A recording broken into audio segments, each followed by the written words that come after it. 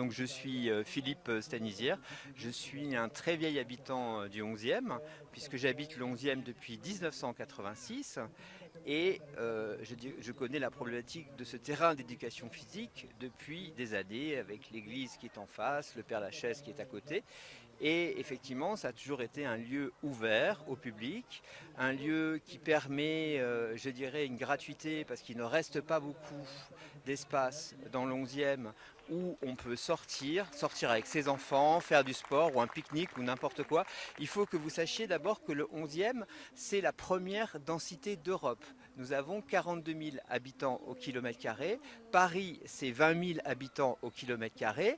Et la plus forte densité au monde aujourd'hui, c'est Bombay, avec 60 000 habitants au kilomètre carré. Donc vous voyez quand même les écarts. Nous avons ici très très peu d'espace vert, parce que contrairement à ce qu'on peut penser, les endroits qui sont à plus forte densité ne sont pas les endroits où il y a les tours, parce que d'abord on ne les habite pas complètement, ensuite elles ont des écarts, etc. C'est au contraire le haussmannien ou des immeubles qui ont entre 5 et 10 étages qui sont serrés les uns contre les autres. Et c'est ce qui explique pourquoi le 11e, aujourd'hui, reste à Paris l'endroit où il y a la plus forte densité de Paris et de France et d'Europe.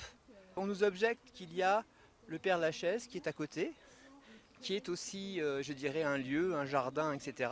Or, ce n'est pas d'abord un jardin, c'est quand même un lieu de mémoire. C'est un lieu qui est quand même fermé, je veux dire, à des horaires, alors que le TEP a toujours été ouvert à tout et n'importe qui. On peut jouer au ballon, on ne va pas jouer au ballon dans un cimetière. On ne va pas laisser.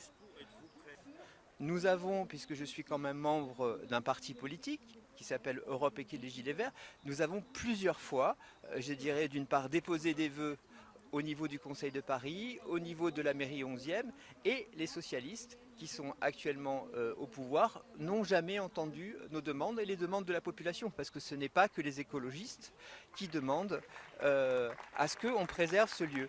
L'argument a toujours été de mettre des logements sociaux, de mettre une ressourcerie, de mettre un nouveau, je dirais, espace de sport couvert, etc.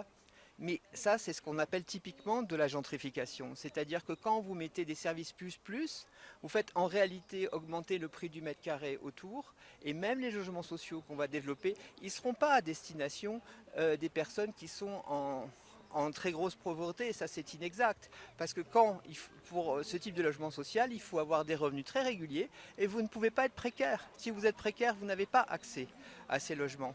Ce sera encore, je dirais, par rapport à d'autres personnes, des personnes qui sont relativement, excusez-moi du terme, privilégiées, c'est-à-dire comme ce qui a été fait, je dirais, dans le 16e, avec les serres d'Auteuil, où on a voulu construire du logement social et à la fin on retrouve quand même des cadres infirmiers, c'est pas des gens qui sont des ouvriers.